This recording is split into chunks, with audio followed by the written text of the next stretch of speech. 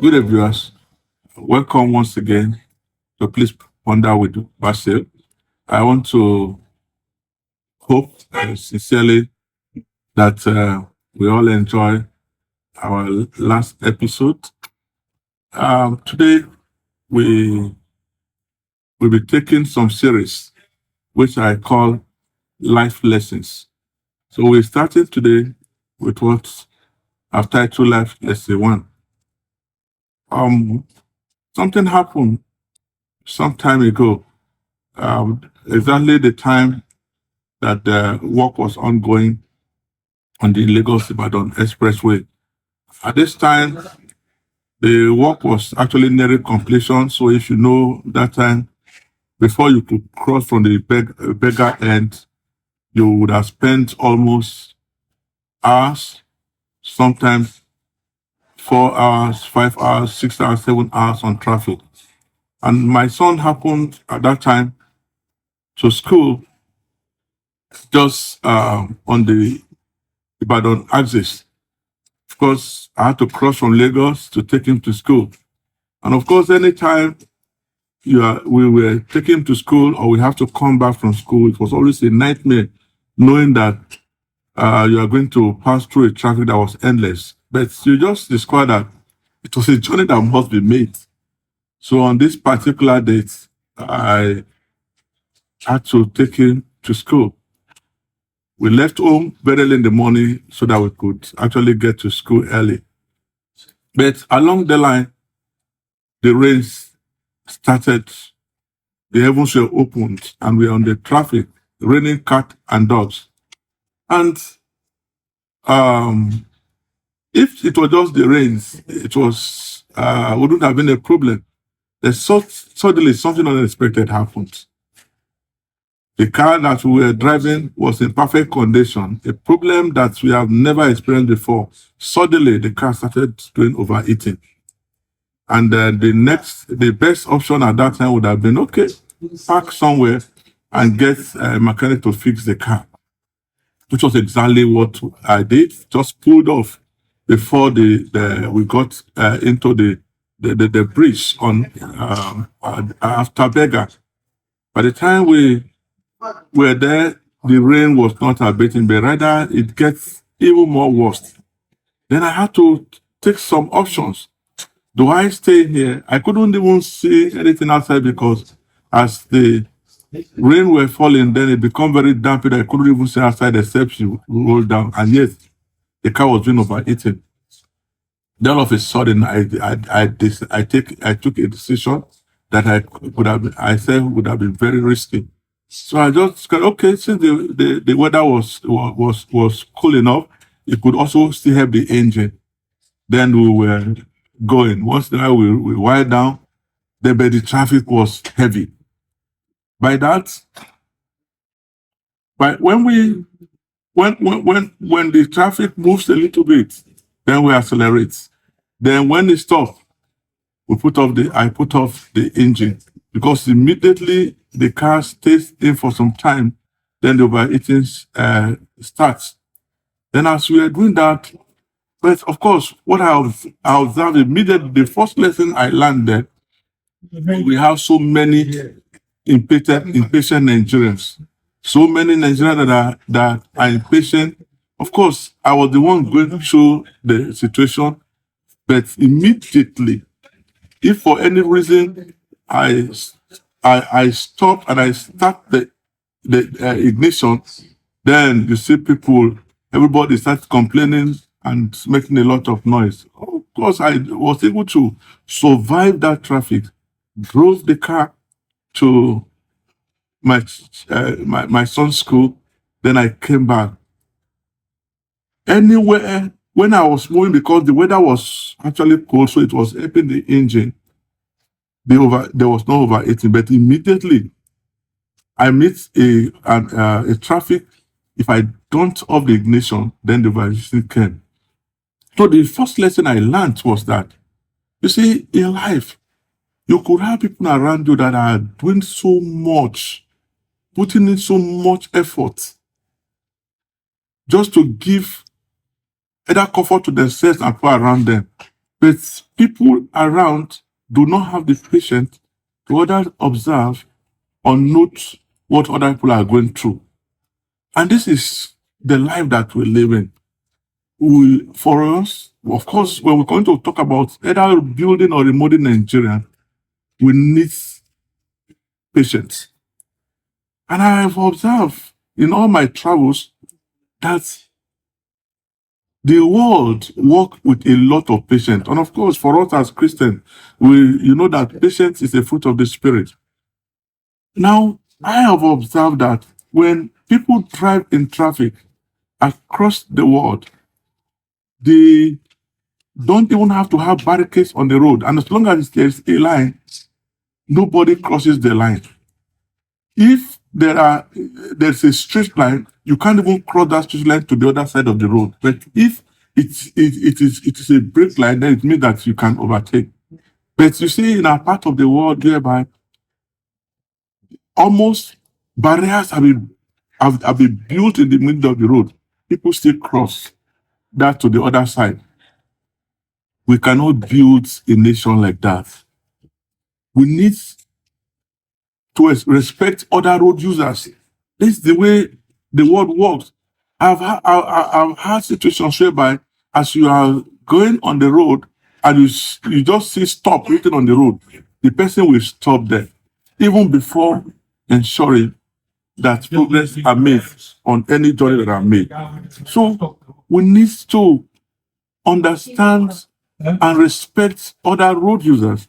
We need to begin to stop using abusing language of people, because people are very intolerant. Even when people are on their right, you will see somebody driving on a wrong direction, and just before you try to make correction, they will abuse you as if you don't know what you are doing. I believe that it's time for us to begin to talk to our conscience and ensure that we do things that are right and are respectful of other people that are around us. What about the blending of horns? Any little things you see somebody blaring horns, of course, that is noise pollution. And you see, like I come to say, many of the people that are doing this, they don't even have the understanding that what they are doing is wrong. And that is our challenge. We don't build on that. You travel to some part of the world, even Accra, Ghana here. You can be in Accra for possibly a whole day and you did not see anybody blaring on. But you see some people blaring on the horn is a music. I want you to ponder on this. For us, it becomes a public nuisance. And it doesn't show that we are disciplined if we live life like that. Like he said, that a patient dog eat the fattest bone. Of course, I know we've gotten to a point whereby people will even say, if you are patient in Nigeria, you will eat no bone at all. But that will bring me to one question. With all the hurry, with all the fast lane that we find ourselves, where is it taking us? Most time I've always made the statement, many of us are in a hurry, but it's not taking us anywhere. It still shows as if we are static. It still shows as if we are not making progress. It still shows as if we are going around in a circle. But I think that the best way to move as a nation is to ensure that we begin to respect others. The fruits of patience can be great. People have attained a lot through a lot of patience. I've understood. For example, you are traveling on a cross junction, and because at the point I begin to ask questions, and you see somebody comes in there first, you stop on that just because there's a line there that says stop. You stop on the stop junction. There's no traffic light in this situation, and another driver drives in. He comes to that place. He knew who comes in there first. He will allow that person to go before he goes. And you can see there is order. In our society today, we need order. We are denying ourselves a lot, and we are not going anywhere because there is no order in our society. With other, I think we can get a lot. With other, I believe we can get so much. So let's respect other rules. Just put yourself in the shoe of another person. And if you can do that, like the golden rule, say do unto others what you want them to do unto you. Whatever you do, whatever you say to people, I think it's time for us to begin to ponder and ask yourself questions. If somebody does this to me, how do I feel? And if you can answer that question, if you can weigh this in your heart and brood upon this, I believe we will just begin to build a better nation. Don't do things that you will not accept. Don't do things that you will not want another person to do unto you. The time has come for us to think thoughts that are noble, that are righteous. Of course, for us Christians, he said that patience is the fruit of the Spirit. So if it is the fruit of the Spirit, what are the fruit that we are bearing? We have so much impatience. It's a patience now that you will see a young man just leaving school. You want to start driving the biggest of cars today. You want to live in the biggest of houses today. And as a result, many of our youths, many of our young adults are going into things that are disgraceful to themselves, to their families, and to the nations. And I think the time has come for us to sit down and review the way we are living our lives, especially the kind of examples that we are setting for the younger generation and the generation yet unborn. Somebody today just graduated from the university. The next thing you see, he said he's built houses here, he has buy cars here, and he will be applauded. Nobody is interested in knowing what is the source of this. We do so many things that are damaging to our environment, to our neighbors, and nobody give a thought about it.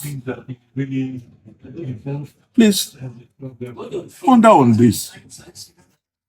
This life lesson taught me a lot, and that is the fact that you don't just judge a book just by the cover.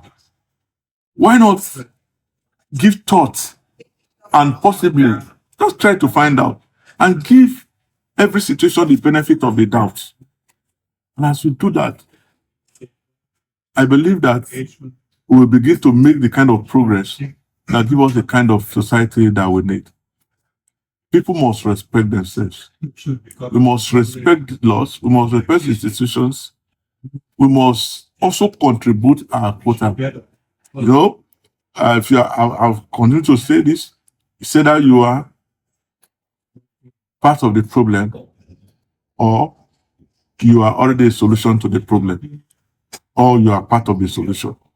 And I believe that it is good to be part of the solution or be the solution, because there is nothing as good as when efforts are committed to raising a project and you were actually part of that project. That will bring joy, that will bring pride, and that will bring satisfaction. So let's go for the joy, let's go for the pride, let's go for the satisfaction. Let's build this country. Let's remold this country. But one thing I can assure you, that you have a role to play. And I hope that you play your role. Just do your best. Just do your part. Just do your part. Ensure that you do your part. Just be sure that you are not contributing negatively. I continue to wish you the very best as you continue to ponder with Basil. But please make sure you subscribe to this channel. Like the channel. Invite somebody to subscribe also, and make sure that you share. Together, we can build a nation that we are proud of. What I'm doing is that I'm just contributing my own quota. You can do the same also. God bless you. Thank you.